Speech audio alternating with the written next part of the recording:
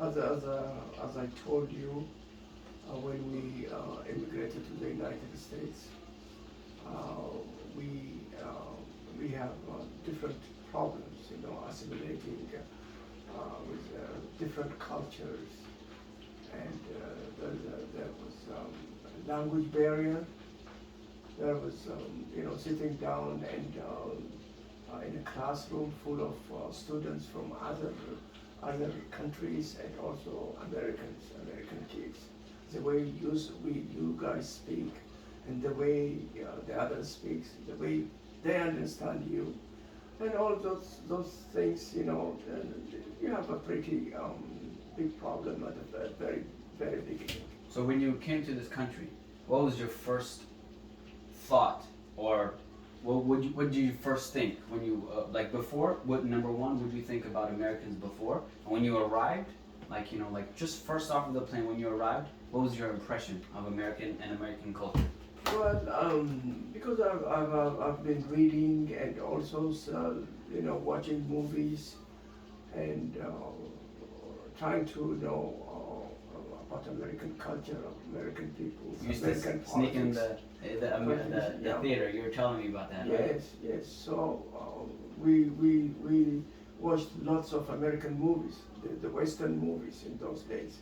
So I know a lot of things about United States. So I don't have any problem when I first came here.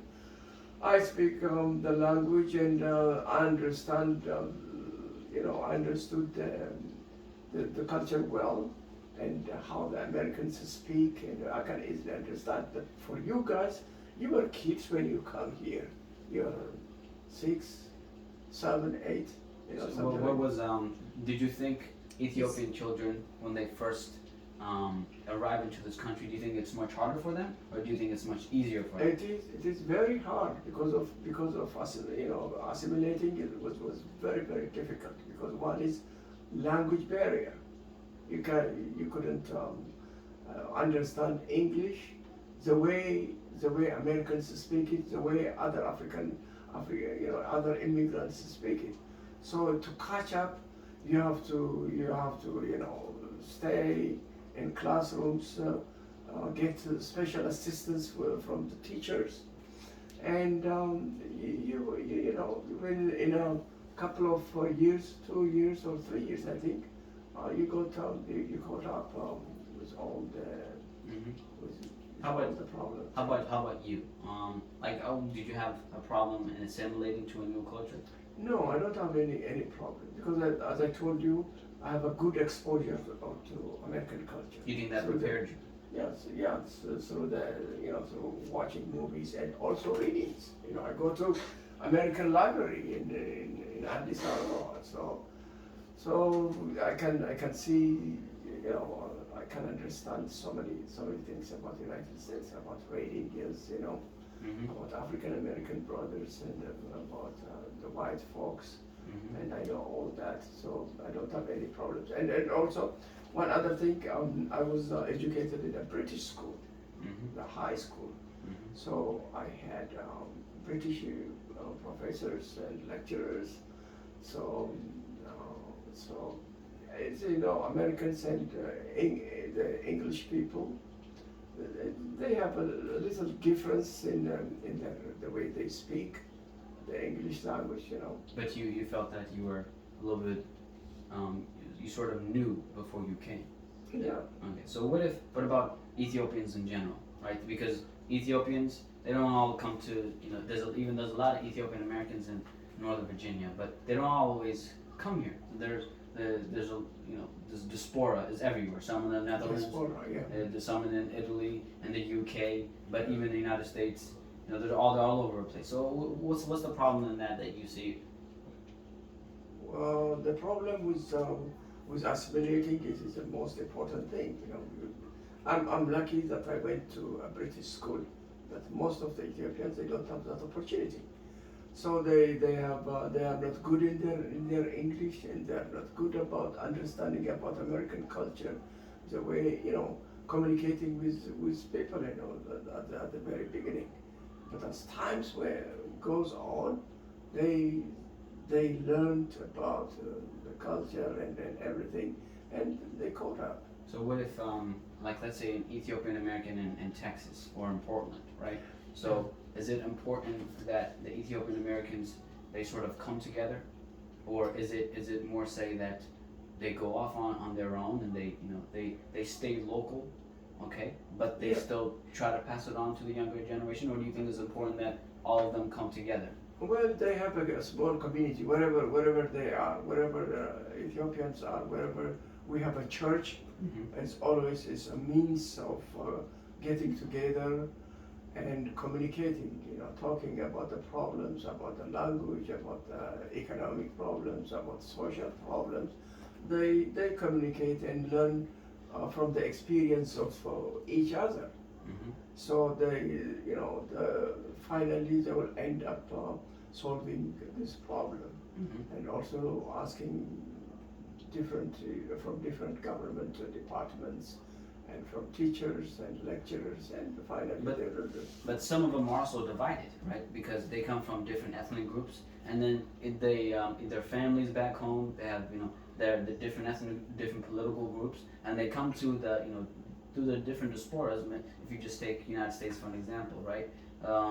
There's Amharas in the United States, there's Oromos in the United States, there's Somalias in the United States, Tigrayans in the United States. Number one, how do they interact with each other? Number two, how do they go and have their own political movement that sort of support their ethnic group back home? Back in 2003 when I came here, we don't have that kind of any problem. Any Ethiopian coming over to the United States. Was an Ethiopian? Any Ethiopian was an Ethiopian? Yes, an Ethiopian, and we can understand. We can talk each other without any problem. But the problem started after the politicians back in the country divided the people into ethnic groups. When was this? What year was this? Was it recent? It started back in the late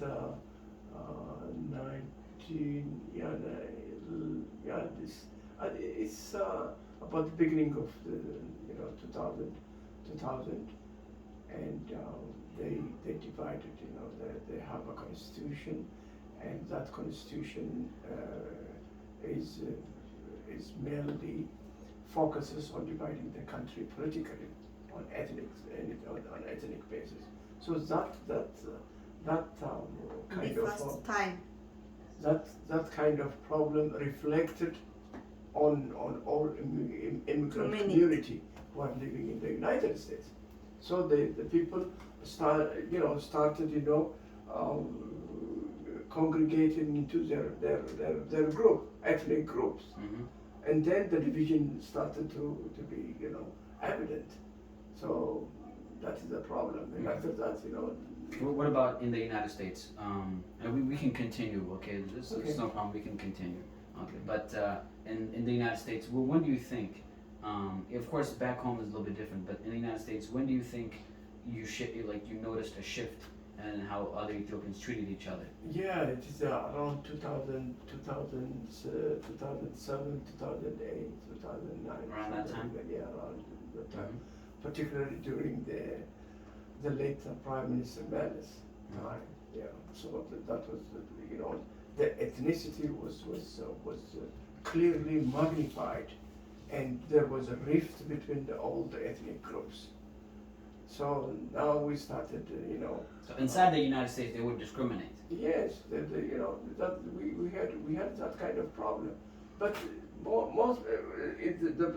the good side of it is that we don't get each other. We don't have time, to sit down and talk about politics. Everyone is very busy doing its own work. It didn't give you the chance to sit down and discuss. So whenever we have a little time of getting together in a cafe or in a church, when we have time, we discuss that. And still the rift is there, but it is not. Our communication was not open. Was not frank.